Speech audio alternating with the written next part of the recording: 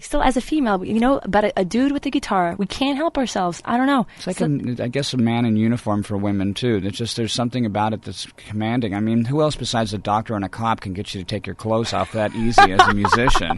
As far Enough as, like, said. going back...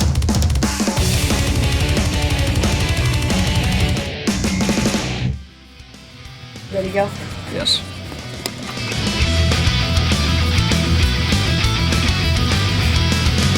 What's up? It's Full Metal Jackie from Metal Edge TV.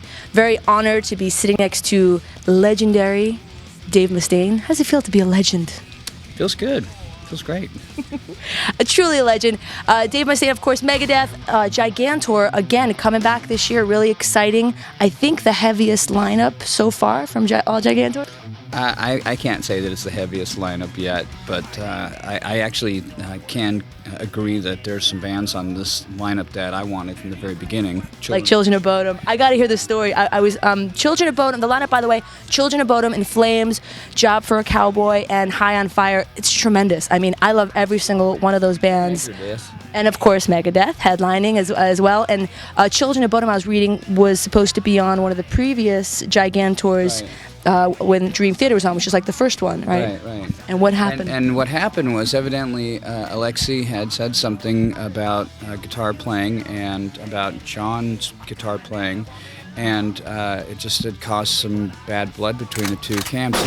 And I've seen Alexei play. That dude can say whatever he wants. He's that good.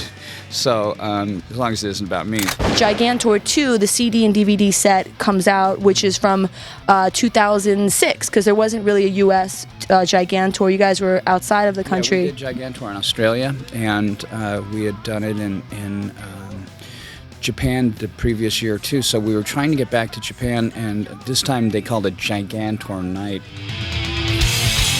It's all live stuff, and there's a couple songs from each band, and it's like, I think that there's something that about the bands that you pick for Gigantor. It's always been around. It's like you like bands that are about the guitar solo, that can do guitar solos and get it on. Yeah, I mean, there's a lot of people that do guitar solos that they obviously need to get some beginner guitar books, and as far as the lineups that we've had, Megadeth isn't supposed to be the headliner. It's not like Dave Fest. My whole intent with setting this up was to showcase great bands with great guitar players, and music that's encouraging for young musicians to play, and to learn more about the music industry and to be in a safe environment, because I look after the bands that I take out and try and make it a very pleasant atmosphere. You can get down and party and stuff like that, but it's not like you're going to be unsafe. It certainly isn't like you're going to be in church either. But with Megadeth being part of Gigantor, it's not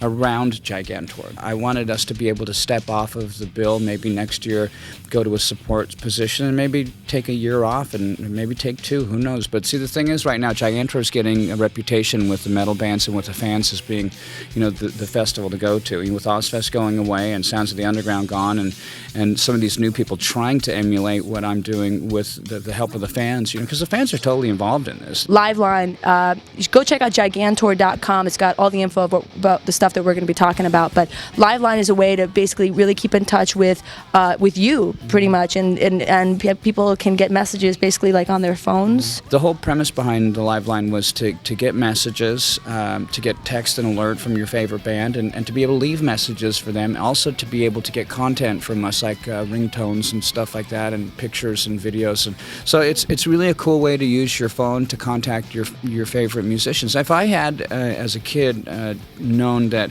I could call a number and leave a message for Jimmy Page, and that he would be able to send messages and alerts to my cell phone, never would have believed it, right? I would have said, who do I gotta kill? It's something else. Were there cell phones when you were a kid listening to Jimmy Page? Yeah, I'm really young.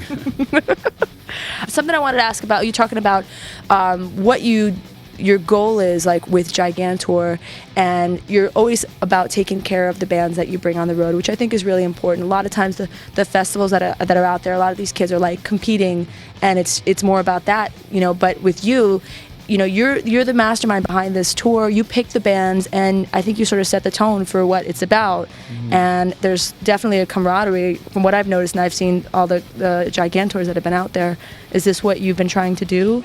Well, I think that it's hard enough to be successful in the music business as it is right now, because the music business used to all be one word, although it doesn't read like that. It was the music business. And now it's like there's the music and then there's the business. You know, I'm the music and the record companies are the business. And a lot of people in the record industry, they don't understand music. They don't belong in the music business. They're just good at business, and they've been brought in to have a business facet to the music industry.